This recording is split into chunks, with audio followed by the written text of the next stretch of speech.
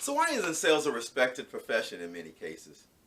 Well, if I asked you to approach the average citizen on the street and ask that person to name what he or she thought was a respected profession, what kind of answers are you likely to get? There's a good chance you'll hear answers like doctor, lawyer, pilot, teacher, firefighter, police officer. If you really think about it for a second, all of the professions you are likely to hear arguably have four things in common. The first is study. The people in these professions have to purposely study to perform in that profession. Not necessarily to be exceptional, but just to be competent. To be exceptional, additional study is needed. But what do they study? Well, typically subject matter and execution. The second thing in common is that each profession usually requires some sort of significant investment to get there. That may be an investment of money, time, or effort, or a combination of the three. Now, when it's money, it's because the payout on the back end is significantly more than money on the front end. Now, when it's time, it's usually because there is so much to learn and there are no shortcuts. In order to perform the job well, you must know it cold because mistakes are costly. And when it's effort, it's because the path to some of these professions just isn't easy. And without a concerted effort, people tend to wash out. Someone can have the money and put in the time, but a mediocre effort will not allow for success. Now, third in common is practice. In most cases, those in these respected professions have to practice in a significant manner how to apply their craft, how to execute or deliver. Simply acquiring the knowledge, it isn't good enough. Physicians spend time as interns. Tradesmen spend time as apprentices. Lawyers rehearse their opening and closing statements for hours.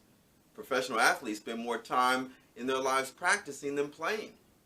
There simply isn't a lot of winging it when it comes to these professions, if you want to be successful.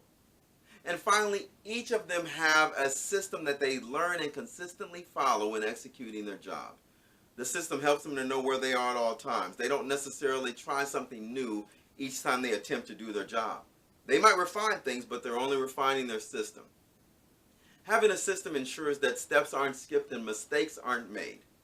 So, what profession wasn't mentioned and never is, quite frankly? Well, it's sales. And why not? Well, maybe it's because in many cases, people don't apply those same principles to the preparation of assuming a selling role as it relates to what they do. They basically skip over those aspects of their job, thinking that knowing their product or service well enough and how to do their job is pretty much all it takes. As long as they can convey that knowledge along with a good price, and let's not forget they're a good person, then that will be enough to get the business they want. However, in most cases, it's simply not enough. Sales is about communication, not product knowledge and a bargain basement price. Is that what your selling message is about? When it comes down to it, most salespeople don't study the different aspects of human communication and human dynamics. They don't invest much money, time, or effort into developing their skills. They don't practice the questions they'll ask or the answers they'll give in a selling situation, and most don't have a strong selling system. Given these parameters, are you garnering respect in your selling profession?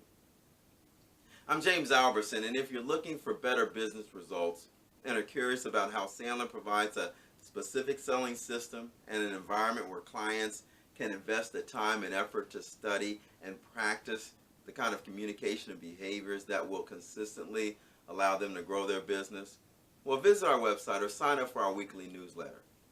And if you're wondering if Sandler is a fit for you to help you get better results for your business or in your business, then give us a call. Or better yet, if you're in the greater Seattle or Tacoma area, come visit our training center in Tukwila.